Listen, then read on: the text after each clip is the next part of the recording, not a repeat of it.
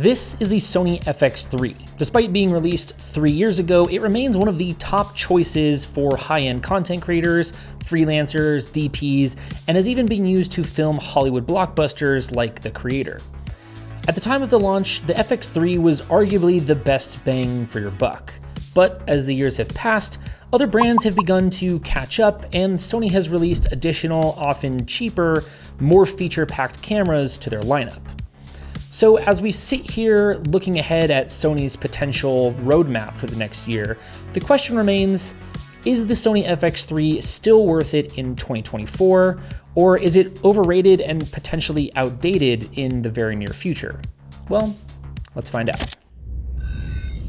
So here's how the rest of this video is going to go. Having shot with the FX3 almost every day since its release in early 2021, I'm going to give you some of the key reasons that I think this camera is absolutely still worth the investment. But we're also going to look at some of the reasons why you might want to pause and reconsider, including what's potentially coming soon. Let's start with the things that I love about the Sony FX3. First and foremost is the form factor. The FX3 isn't a perfect hybrid camera. Like, even though it can do photos, the form factor sucks for photos. But I'd argue that it is the perfect hybrid cinema camera. If we consider most true cinema cameras like Reds and FX3s and C300s, the I/O and form factor is great for building it out into kind of like a larger rig. Where those types of cine cameras fall short, however, is that their size limits how much you can do with them. Using them with a stabilizer or traveling with them or fitting them into tight spaces quickly becomes either really difficult or very expensive. With the FX3, however, you have this small form factor that can basically be as small as you need it, or you can build it up and rig it out to basically be a cinema camera while still being less costly than a true cinema camera. But you don't have to do any of that complexity to get it to perform the way that it needs to. You can use it bare bones or with the XLR top handle and just make use of the incredible autofocus without overcomplicating things. It has incredible cooling, the menus are super easy and intuitive to use, the flip screen is great for solo creators, and everything just sort of sits exactly where it's supposed to be so that the camera never gets in the way of you as an operator. But you know what isn't where it's supposed to be? Your finger.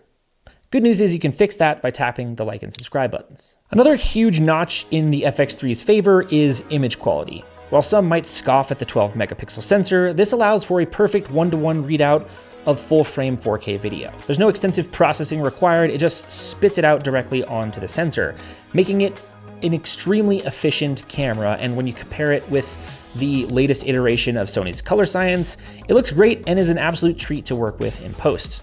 The file sizes are also super manageable without needing to carry around a bag full of solid-state drives or building out a private server to store all of your footage.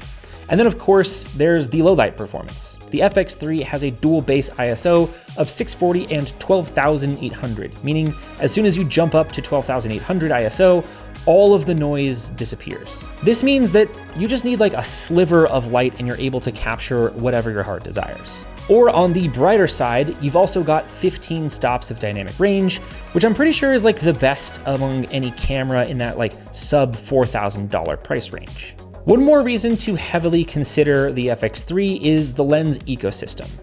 When you're buying a camera, it's important to remember that you're buying not just the camera body itself, you're investing into the lens ecosystem.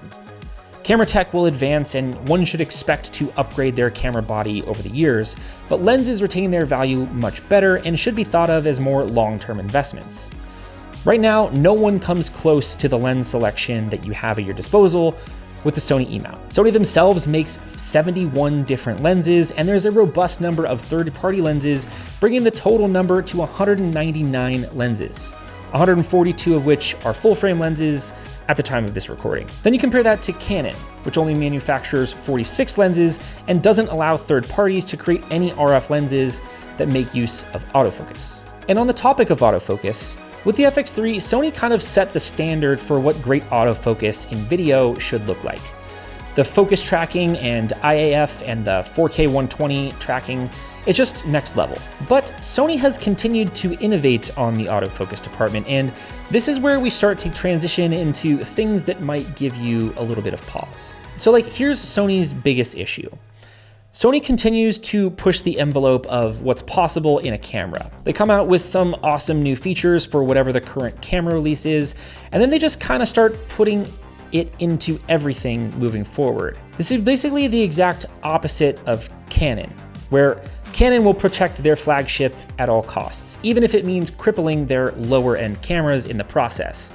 But Sony will make cool stuff at the cost of their flagships. They always just cram as much new tech as they can into their latest camera, given whatever price point they're trying to target. This can often lead to the highest end camera owners looking at the consumer level folks feeling like they got the short end of the stick.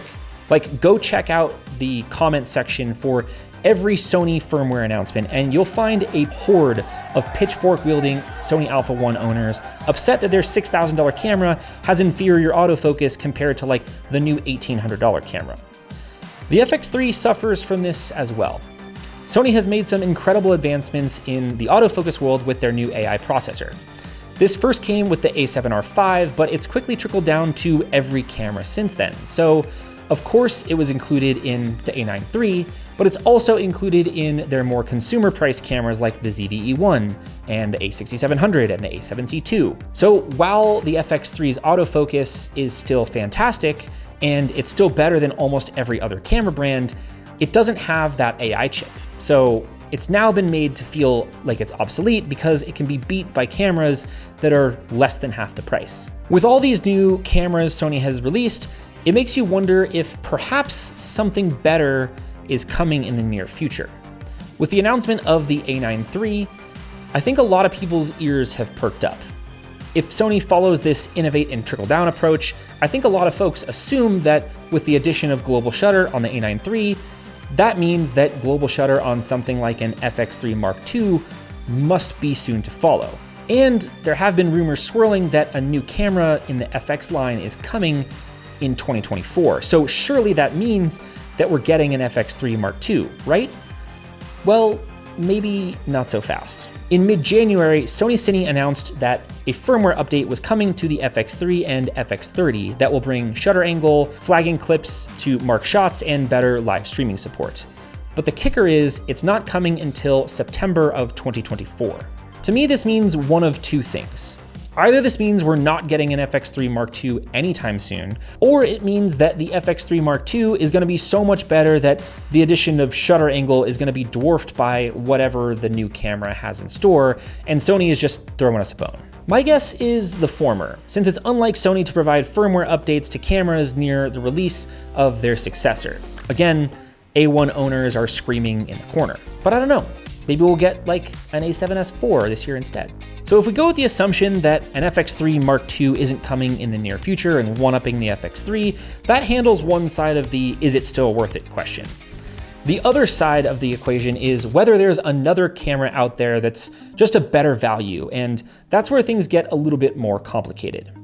If you're considering the FX3, I think we can ignore more of the photo-forward cameras like the A7R5 or the A9 Mark III, but maybe we should be considering either the FX30 or ZVE1 instead. In my experience shooting with both of these cameras, I do think that despite being less than half the price of the FX3, they do leave a little bit to be desired. The FX30 obviously benefits from all of the same form factor upsides of the FX3 because it's the same form factor, but you're also looking at reduced low light and reduced depth of field performance. You're also limited to APS-C lenses, of which there's a much worse selection, only 57 compared to the 142 full-frame lenses. Or you'll have to deal with the 1.5 times crop on your full-frame lenses.